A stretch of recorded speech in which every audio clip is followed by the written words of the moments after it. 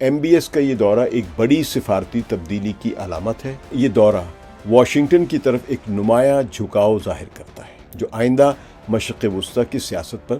گہرا اثر ڈال سکتا ہے۔ 3 کھرب پاکستانی روپے اس کی وہ سرمایہ کاری امریکہ میں کرے گا سعودی عرب، اور سعودیہ کو اس معاہدے کے تحت ایک میجر نان نیٹو اتحادی کا درجہ دیا گیا ہے۔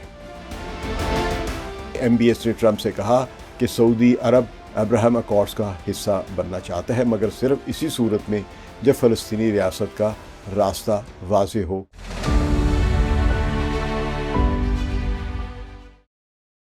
ثقلین امام کا سلام قبول کیجیے۔ آج ہم ایک بڑی تازہ خبر پر بات کریں گے کہ سعودی ولی عہد جو ہیں شہزادہ محمد بن سلمان، یعنی MBS کے نام سے جو مشہور ہیں، اور امریکی صدر ڈونلڈ ٹرمپ کے درمیان ہونے والی اہم ملاقات جو 18 نومبر 2025 کو وائٹ ہاؤس کے اوول آفس میں ہوئی ہے۔ اس ملاقات میں دونوں رہنماؤں نے ایسے بڑے فیصلوں کا اعلان کیا ہے جن سے آنے والے برسوں میں امریکہ اور سعودی عرب کے تعلقات مزید گہرے ہوں گے اور خطے میں سیاست کا ایک بالکل ہی نئی بساط بچھتی ہوئی نظر آ رہی ہے۔ تو سعودی لیڈر کا یہ 2018 کے بعد وائٹ ہاؤس کا یہ پہلا اس سطح کا دورہ ہے۔ بہرحال اسی برس مارچ میں صدر ٹرمپ سعودی عرب بھی گئے تھے، جہاں پہ بہت بڑے معاہدے وہ سرمایہ کاری کے کر کے آئے تھے۔ جو تازہ ملاقات ہوئی ہے یہ نہ صرف معاشی اور دفاعی شعبوں میں نئی راہیں کھول رہی ہے، بلکہ علاقائی استحکام اور ٹیکنالوجی کی دوڑ میں بھی ایک اہم کردار ادا کرے گی جو اس میں معاہدے طے پائے ہیں۔ سب سے پہلے اگر سرمایہ کاری کی بات کی جائے تو سعودی عرب نے اعلان کیا ہے کہ وہ آئندہ برسوں میں امریکہ میں تقریباً $1 ٹریلین، یعنی تقریباً آپ سمجھ لیں کہ 3 کھرب پاکستانی روپے اس کی وہ سرمایہ کاری امریکہ میں کرے گا سعودی عرب۔ یہ اعلان وائٹ ہاؤس کی جاری کردہ جو بھی ایک سرکاری فیکٹ شیٹ ہے اس میں کیا گیا ہے کہ یہ سعودیہ کی جو پبلک انویسٹمنٹ فنڈ جو ہے PIF اس کی جانب سے ہے، جو پہلے کے جو $600 ارب کے وعدے کیے گئے جو مارچ میں ہوئے تھے، اب وہ بڑھا کر تقریباً $1 ٹریلین تک لے جایا گیا ہے، ان کو سطح بڑھا دی گئی ہے۔ تو وائٹ ہاؤس میں صدر ٹرمپ کے ساتھ جرنلسٹ کے ساتھ بھی گفتگو ہوئی اور وہاں پہ شہزادہ محمد بن سلمان نے کہا کہ $1 ٹریلین کی جو سرمایہ کاری ہوئی ہے یہ سیاسی خوشامد یا عارضی سودا نہیں ہے، بلکہ ٹھوس حکمت عملی ہے جو AI، سیمی کنڈکٹر اور دفاعی ٹیکنالوجی جیسے شعبوں میں سعودی مفادات کو مضبوط بنائے گی۔ یعنی امریکہ میں جو وہ انہوں نے سرمایہ کاری کی ہے اس سے سعودی معیشت کو فائدہ ہوگا۔ اور جو سعودی تجزیہ کار ہیں وہ کہتے ہیں کہ تیل کی گرتی ہوئی قیمتیں، یعنی جو فی الحال 60-65 کے درمیان ہے فی بیرل، اور جو ایک گلوبل لیول پہ جو چینجز آ رہی ہیں ان میں یہ جو سعودی عرب کا جو ایک سٹیپ ہے اس طرح دوسری ٹیکنالوجی کی طرف شفٹ کرنا، یہ وہاں کا جو ویژن 2030 ہے اس کو ایک حقیقت کا روپ دے رہا ہے۔ تو جہاں سعودی عرب نہ صرف سرمایہ کار بن رہا ہے بلکہ مستقبل کی طاقت کے طور پر ابھرنے کا سوچ رہا ہے خطے کی، تو MBS نے مزید واضح کیا ہے کہ ہم سرمایہ کاری کے فیک مواقع نہیں بنا رہے ہیں تاکہ امریکہ یا ٹرمپ کو خوش کریں، یعنی ایسے $1 ٹریلین کی سرمایہ کاری کر کے، بلکہ ان کی نظر میں یہ حقیقی مواقع ہیں جو سعودی عرب کو چاہیے ہیں۔ تو سعودی عرب کا امریکہ میں سرمایہ کاری کا یہ وہی سلسلہ ہے جس کا آغاز پہلے $600 ارب سے ہوا، مگر اب اسے کہیں زیادہ بڑھا کر $1 ٹریلین تک کر دیا گیا۔ تو یہ سرمایہ کاری خاص طور پر آرٹیفیشل امریکن جو مینوفیکچرنگ ہے، AI کی انٹیلیجنس جو فیکٹریاں ہیں،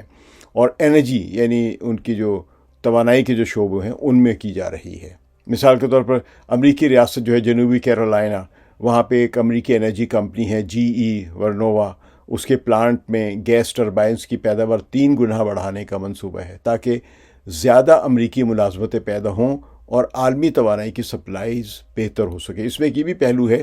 کہ جتنے بھی جو وہاں پہ سینٹر ہیں اس کے کمپیوٹرز وغیرہ کے جہاں پہ یہ بہت بڑے بڑے کام ہو رہے ہیں سیمی کنڈکٹرز کے اور AI کے، وہاں پہ بجلی کی کنزمپشن بہت زیادہ ہے، تو اس لیے وہاں پہ بجلی کی یا الیکٹریسٹی کی پیداوار بڑھانے کی بہت سخت ضرورت ہے، وہاں پہ سعودی عرب کی یہ سپلائیز ہوں گی۔ تو اسی کے لیے سمجھے کہ AI جو ہے آرٹیفیشل انٹیلیجنس پر $100 سے $200 بلین جو ہیں وہاں کے جو ڈیٹا سینٹرز ہیں اور کلاؤڈ کمپیوٹنگ وغیرہ جو ہے ان پر خرچ ہوں گے، جبکہ سیمی کنڈکٹرز پر $50 بلین کی فوری خریداری کا اعلان ہوا ہے جو NVIDIA جیسی کمپنیوں کو فائدہ پہنچائے گا۔ NVIDIA ایک دوسرے کرائسس میں ہے کیونکہ چین نے اپنی سیمی کنڈکٹرز خود بنانے کا اعلان کیا ہے اور 2-3 سالوں میں وہ اس میں خود مختار ہو جائے گا، جس سے انویڈیا کی جو ایک مارکیٹنگ ہے وہ سکڑ جائے گی 20 سے 30% کے درمیان۔ تو سعودی عرب اس کا نیا خریدار بھی بننے کی کوشش کر رہا ہے، لیکن یہ چین کی وجہ سے جو خلا پیدا ہوگا اس کو پورا نہیں کر پائے گا۔ تو بہرحال اس کے علاوہ دفاع اور سیکیورٹی کے میدان میں بھی دونوں ملکوں نے بڑے فیصلے کیے ہیں۔ سعودی عرب کو F-35A جیٹ فائٹرز، جو دنیا کے سب سے زیادہ جنگی جہاز، یعنی جدید ترین جنگی جہاز یہ سمجھا جاتا ہے طیارہ، وہ ہے یہ F-35A، تو اس کو خریدنے کے لیے امریکہ نے منظوری دے دی ہے کہ یہ سعودی عرب خرید سکتا ہے۔ تو اس ڈیل کے تحت سعودی عرب جو ہے وہ 48 F-35A طیارے خریدے گا، جس کی مالیت تقریباً 20 سے 25 ارب ڈالر کے قریب بنتی ہے، شاید اس سے بھی زیادہ بھی بن جائے، اور یہ 2028 سے ان طیاروں کی، ان جیٹس کی ڈیلیوری شروع ہو جائے گی۔ اچھا، اس کے ساتھ اس ڈیل میں تقریباً 300 کے قریب M1A2، یہ بڑی لیٹسٹ قسم کے ٹینکس ہے، ان کو ابراہمز ٹینکس، اور پیٹریوٹک میزائل سسٹمز کی جو کہ ایئر ڈیفنس سسٹم ہے، اس کا اپ گریڈ کرنا بھی شامل ہے اسی معاہدے میں۔ تو یہ طیارے جو اسرائیل کے پاس، یعنی F-35 جو اسرائیل کے پاس ہے پہلے سے موجود ہے، سعودی عرب کو اب کہہ رہے ہیں ان کی فضائیہ کو اسٹیلتھ ٹیکنالوجی اور سینسر فیوژن اور تقریباً 1200 ناٹیکل مائلز کی رینج دیں گے اٹیک کرنے کی، جو ایران اور حوثیوں کے خلاف ایک دفاعی صلاحیت بڑھائیں گے سعودی عرب کی۔ تاہم یہ ڈیل اسرائیل کی مخالفت کے باوجود آگے بڑھی ہے، جو خطے میں اپنی فوجی برتری کو ہر حال میں برقرار رکھنے کا ایک مطالبہ کر رہا تھا، اور ساتھ ساتھ پینٹاگون میں جو ایک یہ خدشہ ہے کہ اگر سعودی عرب کو یہ تیاری دیے تو چین کہیں ٹیکنالوجی چرا نہ لے، تو اس تشویش کے باوجود بھی امریکہ نے یہ ڈیل منظور کی ہے سعودی عرب کو یہ تیاری دینے کی۔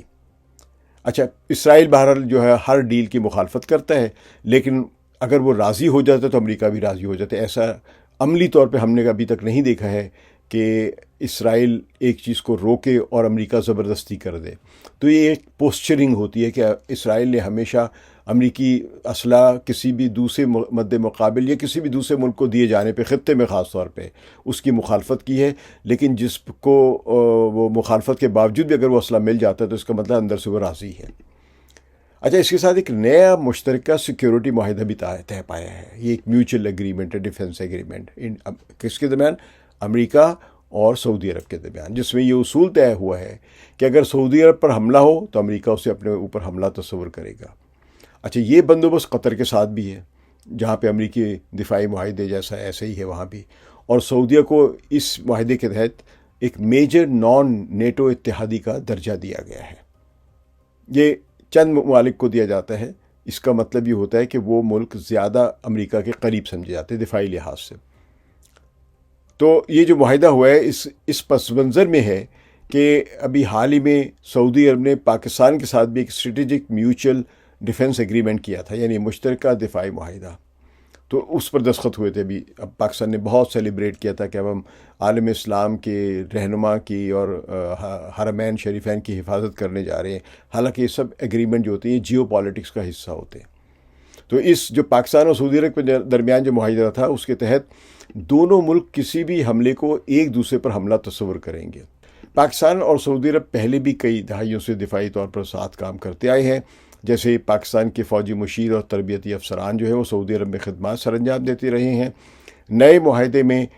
بحری تعاون، مشترکہ دفاعی منصوبہ بندی اور ایکسٹینڈڈ ڈیٹرنس، یعنی حملے کو روکنے کی مشترکہ صلاحیت شامل ہے، جو پاکستان کی ایٹمی صلاحیت کے باعث مزید مؤثر سمجھی جا رہی ہے۔ اگرچہ اسے باقاعدہ ایک نیوکلیئر امبریلا قرار نہیں دیا گیا ہے، لیکن یہ ایک قسم کی عملاً یا تھیوریٹیکل لیول پہ ایک نیوکلیئر امبریلا سمجھی جا رہی ہے۔ تو اب سعودی عرب کے امریکہ کے ساتھ اس معاہدے کے بعد اور سعودی عرب کے پہلے جو پاکستان کے ساتھ معاہدہ ہوا ہے، اس سے شکل یہ بن رہی ہے کہ اب یہ تینوں ممالک یعنی امریکہ، سعودی عربیہ اور پاکستان غزہ کی انٹرنیشنل اسٹیبلائزیشن فورس میں مل کر کام کر سکتے ہیں، جہاں پاکستان فوجی دستے بھیجے گا، جبکہ سعودیہ مالی اور سفارتی مدد دے گا، اور امریکہ ان سب کو ایک پولیٹیکل کور دے گا، جو کہ اس کو اقوام متحدہ کی قرارداد کے ذریعے بھی ایک لیجیٹیمیسی مل چکی ہوئی ہے۔ اس کے علاوہ پاکستان جو ہے وہ کئی برسوں سے سینٹ کام کا بھی ایک کلیدی حصہ ہے، جو کہ خطے میں امریکہ کا سب سے بڑا ملٹری ہیڈ کوارٹر ہے۔ جو قطر میں ہے، العدید ایئرپورٹ پہ۔ تو اس ملاقات میں ایک اور اہم پیش رفت ہوئی ہے، وہ یہ ہے کہ سعودی عرب کو سول نیوکلیئر یعنی پرامن جوہری توانائی کے تعاون پر بات آگے بڑھی ہے، جس کے تحت سعودی عرب کو امریکی ٹیکنالوجی تک رسائی دی جائے گی، نیوکلیئر ٹیکنالوجی تک یہ جو ہے رسائی دی جائے گی۔ یہ ایک joint declaration on the completion of negotiations on civil nuclear energy cooperation ہے، جو دہائیوں تک ایک سمجھے کہ سینکڑوں اربوں ڈالر کی ایک پارٹنرشپ کی قانونی بنیاد فراہم کرتا ہے سعودی عرب اور امریکہ کے درمیان۔ تو اس معاہدے کے تحت امریکی کمپنیاں جیسے کہ ویسٹنگ ہاؤس ہے یا GE ہٹاچی ہے، یہ سعودی عرب میں 2 بڑے جوہری ری ایکٹرز لگائیں گے، جن کی کل جو پیداوار ہوگی بجلی کی وہ 2800 میگا واٹ ہوگی۔ تو یہ ان نیوکلیئر پاور پلانٹس کو تعمیر کریں گی 2 امریکی کمپنیاں، اور یہ 2030 کی دہائی کے شروع میں اپنے کام کا آغاز کریں گے۔ تو سعودیہ کو آپ سمجھ لیں کہ IAEA کی مکمل نگرانی میں 15 سال تک یورینیم انریچمنٹ کی اجازت نہیں ہوگی۔ امریکی کم انرچ یورینیم فیول کی سپلائی کا وعدہ کرنا ہوگا، یعنی جو بھی کم لیول کا بھی انرچ ہوگا یورینیم وہ امریکہ کو واپس کرنا ہوگا تاکہ ہتھیاروں کی روک تھام یقینی ہو۔ تو یہ 50 یا 100 بلین ڈالر کی ڈیل جو ہے، یہ بھی اندازہ لگایا جا رہا ہے کہ اتنی بن سکتی ہے۔ یہ سعودی عرب کے 20% بجلی کی جو یا جوہری توانائی جو ہوگی وہ پیداوار کرنے کی یہ صلاحیت پیدا کرے گی سعودی عرب میں، اور یہ سعودی عرب کے ایک ویژن کا ایک حصہ بھی ہے، اور امریکی برآمدات بڑھائے گی، اور اس ایگریمنٹ سے کوئی تقریباً سمجھے کہ 500 سے زیادہ امریکی جابز پیدا ہوں گی۔ تو سعودی عرب میں ابھی صرف پرامن جوہری پروگرام کے ابتدائی مرحلے میں ہے، اس میں کوئی ابھی ان کا کوئی نیوکلیئر ڈیٹرنس وغیرہ یا اس قسم کی پالیسی بالکل نہیں ہے، صرف پرامن جوہری منصوبہ چاہتے ہیں۔ تو یہ امریکہ نے دینے کا وعدہ کیا ہے۔ یہ چین سے بھی لے سکتا تھا سعودی عربیہ، لیکن چین کی نسبت امریکہ کو دینے میں، امریکہ کو یہ سرمایہ کاری یا کانٹریکٹ کرنے میں سعودی عرب کو ایک سیاسی فائدہ بھی ہے، وہ آپ سمجھتے ہیں۔ تو بجلی پیدا کرنے والے پلانٹ بنانے کی تیاری ہے، یہ ہتھیار بنانے کی اس میں کوئی سہولت موجود نہیں ہے۔ تو خیال کیا جاتا ہے کہ سعودی عرب کی حفاظت پاکستان کی نیوکلیئر امبریلا تلے ہی ہے، اگرچہ دونوں کے درمیان اس قسم کا کوئی معاہدہ نہیں ہے، لیکن تصور، یہ تھیوریٹیکل تصور اینالسٹ سے وہ یہ کرتے ہیں، ان دونوں ملکوں نے کبھی نہیں کہا ہے۔ تو یہ سب کچھ خطے میں نیوکلیئر ریس کے پس منظر میں ہو رہا ہے، جہاں اسرائیل دنیا کی ایک سمجھے کہ 6ٹھی بڑی جوہری طاقت ہے، تاہم اسرائیل اپنے آپ کو نیوکلیئر طاقت نہیں کہتا ہے۔ تو غیر اعلانیہ معلومات کے مطابق اس کے پاس تقریباً 80 سے 90 مکمل تیار نیوکلیئر بامز ہیں،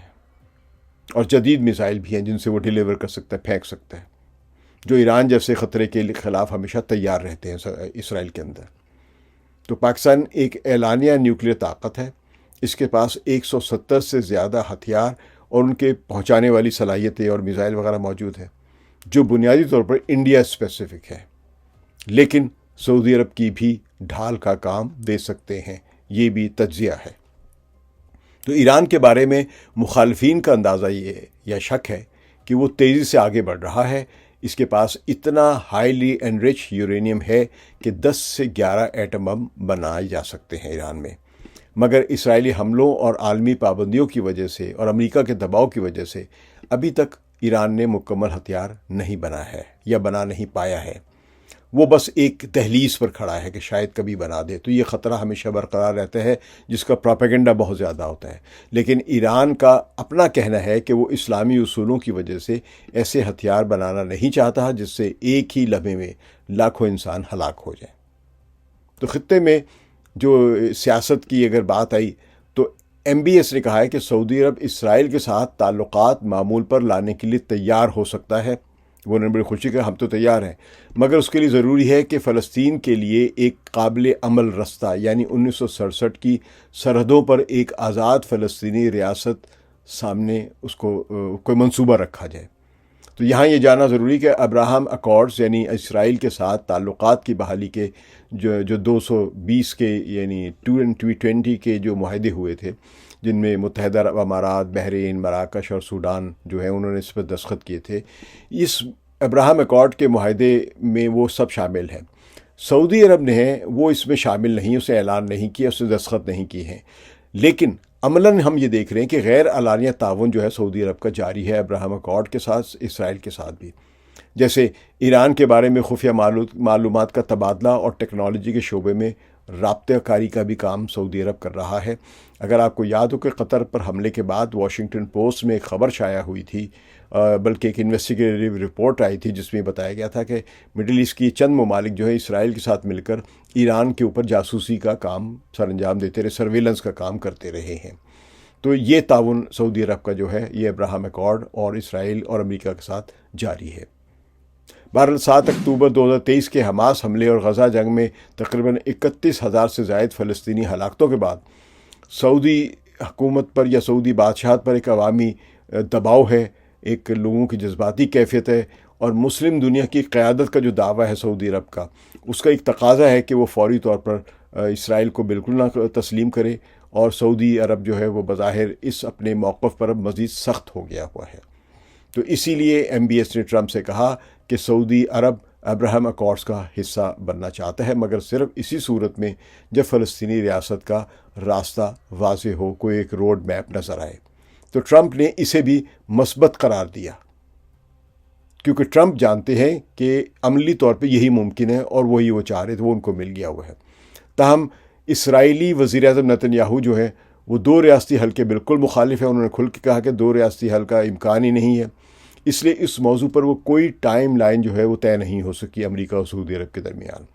تو ایک لحاظ سے ابھی بھی ہر چیز کے معاملے میں ویٹو پاور جو ہے امریکہ کی اس خارجہ پالیسی میں جو مڈل ایسٹ میں ہے، اس میں اسرائیل ہی کے پاس ہے۔ جو غزہ کے جو استحکام اور وہاں پہ سو کال جو حماس کو ختم کر کے وہاں پہ جو امن و استحکام لانا، اس کے لیے سعودی عرب جو ہے وہ مالی اور سفارتی کردار ادا کرے گا، جبکہ امکان یہ ہے کہ فوجیں جو وہ پاکستان بھیجے گا یا شاید مصر سے بھی آئے، کیونکہ ترکی کے معاملے میں اسرائیل نے کہا کہ ہم وہاں سے فوج نہیں آنے دیں گے۔ تو پاکستان نے البتہ صاف اعلان کیا ہے کہ وہ اسرائیل کے ساتھ تعلقات معمول پر نہیں لائے گا۔ جون 2025 میں وزیر خارجہ اسحاق ڈار نے واضح کیا تھا، پارلیمنٹ میں بھی کہا تھا کہ پاکستان کے لیے فلسطین کی حمایت بنیادی اصول ہے، اور سعودی عرب جو ہے اور پاکستان کا جو دفاعی معاہدہ ہے اس کا تعلق جو ہے وہ اسرائیل سے نہیں جوڑا جا سکتا، یہ پاکستان کے وزیر خارجہ نے کہا تھا۔ تاہم عام خیال یہ ہے کہ اگر سعودی عرب نے ابراہم ایکارڈز میں شرکت کی، عملی طور پر بھی باقاعدہ دستخط بھی کیے، تو پاکستان بھی ادھر ڈرفٹ کرے گا، ادھر کھسکے گا۔ تو اب بات کرتے ہیں MBS کے دورے امریکہ کی۔ یہ ہم نے وہاں پہ جو نتائج نکلے، لیکن اس دورے کا ایک بہت زیادہ ایک بڑا جشن اور پرتپاک یہ استقبال بھی ہوا ہے محمد بن سلمان کا امریکہ میں۔ تو یہ ان کا 2018 کے بعد پہلا دورہ تھا، اور اس دوران انہیں مکمل سرکاری پروٹوکول دیا گیا ہے۔ وائٹ ہاؤس کے جنوبی لان پر استقبالیہ اور F-15 جو جہاز کی جو پروازیں تھیں وہ دکھائی گئی ہیں، جو کہ ایک آنر دیا جاتا ہے، اعزاز دیا جاتا ہے، اس کی تقریب بھی ہوئی تھی۔ جنگی جہازوں کی فلائی پاسٹ ہوئی۔ اچھا، وہاں پہ اوول میں جو وائٹ ہاؤس کا جو ایک خاص جانب ایک جو باغ ہے، وہاں پہ کھڑے ہو کے سب نے یہ دیکھا، اس میں F-35 جو تھے جہاز، ان کی بھی ایک فلائی پاسٹ ہوئی۔ تو کابینہ روم میں اس کے بعد جو ہے یعنی ان تقریبات کے بعد وہاں پہ ایک پرائیویٹ لنچ ہوا، اور پھر مشترکہ پریس ریمارکس میں ٹرمپ نے MBS کو ایک عظیم اتحادی اور شاندار لیڈر کہا ہے۔ یہاں تک کہ جمال خشوگی، سعودی صحافی جن کے قتل کو امریکی انٹیلیجنس ایجنسی نے کہا تھا کہ MBS کی منظوری سے کے بغیر یہ ہو نہیں سکتا تھا، انہوں نے ایک قسم کا اس قتل کا براہ راست ذمہ دار MBS کو قرار دیا تھا امریکی انٹیلیجنس ایجنسیز نے۔ تو اب سعودی عرب نے کہا ہے کہ یہ غیر ضروری سوال ہے، اور کہا کہ یہ بڑا جینٹل مین ہے، اس کو اس قتل میں شامل نہ کیا جائے۔ اور جو قتل ہوا تھا انہوں نے کہا وہ پتہ نہیں ان پاپولر ایریلیونٹ آدمی تھا، یعنی جمال خشوگی۔ بہرحال رات ہی کو پھر وائٹ ہاؤس کے ایسٹ روم میں بلیک ٹائی اسٹیٹ ڈنر ہوا۔ یہ بڑا ایک اعزاز والی بات ہوتی ہے، بڑا فارمل قسم کا ڈنر ہوتا ہے، جس میں ٹیک کمپنیوں کے سربراہان جیسے ایلن مسک وغیرہ جو ہیں، یا کاروباری دیگر شخصیات ہیں، اور مشہور فٹ بالر کرسٹیانو رونالڈو جو ہے، جو سعودی کلب النصر کے کھلاڑی بھی ہیں، وہ بھی شریک ہوئے ہیں شہزادہ محمد بن سلمان کے ساتھ۔ اگلے دن 19 نومبر کو کینیڈی سینٹر میں ایک بڑے سرمایہ کاری سمٹ کا انعقاد ہوا، جہاں نئے معاہدوں کی تفصیلات دی گئی، جیسے آرٹیفیشل انٹیلیجنس کے ساتھ MOUs دستخط ہوئے وہاں پہ، اور AMD اور NVIDIA جو چپس تک رسائی دیں گے ان MOUs کے ذریعے، اور غزہ کی تعمیر نو کے لیے $100 سے $200 بلین کی فنڈنگ، یہ امکان نظر آ رہا ہے۔ دونوں رہنماؤں کی ملاقات کے دوران ایران، یمن کی صورتحال اور خطے کی مجموعی سیکیورٹی پر بھی بات چیت ہوئی ہے۔ یعنی صرف دو طرفہ دورہ نہیں تھا، بائی لیٹرل نہیں تھا، اس میں پورے ریجن کو گفتگو کی گئی ہے، اور ظاہر ہے اس کا مقصد جو ہے وہ غزہ میں استحکام لانا ہے، اور امریکہ کے لیے استحکام کا مطلب ہے غزہ سے اس حماس کو باہر نکالنا ہے۔ تو امکان یہ بھی ظاہر کیا جا رہا ہے کہ امریکہ، سعودی عرب اور پاکستان مل کر بحیرہ عرب میں مشترکہ بحری آپریشنز یا ایران کی یمن کو جو اسلحے کی سمگلنگ ہوتی ہے خفیہ طور پر، اس کے بارے میں خفیہ معلومات کا تبادلہ بھی کیا جائے گا۔ اگرچہ کوئی باضابطہ سے رکنی ڈھانچہ نہیں بنا ہے، لیکن یہ عملی اقدامات نظر آ رہے ہیں، کیونکہ پاکستان سینٹ کام کا حصہ بھی ہے، اور سینٹ کام کا ایک ٹاسک یہ بھی ہے۔ اس پورے دورے نے عالمی طاقتوں کی خصوصی توجہ حاصل کی ہے۔ روس کو خدشہ ہے کہ سعودی عرب کی امریکہ میں نئی توانائی کی جو سرمایہ کاری ہے، اس سے اوپیک پلس یعنی تیل کی جو مشترکہ پالیسی ہے وہ کمزور ہو سکتی ہے۔ دوسری طرف چین کو تشویش ہے کہ سعودی امریکی تعاون کے بعد اس کے ٹیکنالوجی اور تیل کے معاہدوں کی رفتار سست ہو سکتی ہے، خاص طور پر جب سعودی عرب پہلے ہی 2024 میں برکس یعنی چین کے جو زیر اثر ایک اقتصادی بلاک ہے اس میں شامل ہو چکا ہے۔ تو مجموعی طور پہ دیکھا جائے تو MBS کا یہ دورہ ایک بڑی سفارتی تبدیلی کی علامت ہے۔ سعودی عرب بیک وقت امریکہ، چین اور روس تینوں کے ساتھ تعلقات قائم رکھے ہوئے ہے، عملی ہیں اور یہ فنکشنل بھی ہیں، مگر یہ دورہ واشنگٹن کی طرف ایک نمایاں جھکاؤ ظاہر کرتا ہے جو آئندہ مشرق وسطیٰ کی سیاست پر گہرا اثر ڈال سکتا ہے۔ شکریہ۔ ثقلین امام کو اجازت دیجیے۔ خدا حافظ۔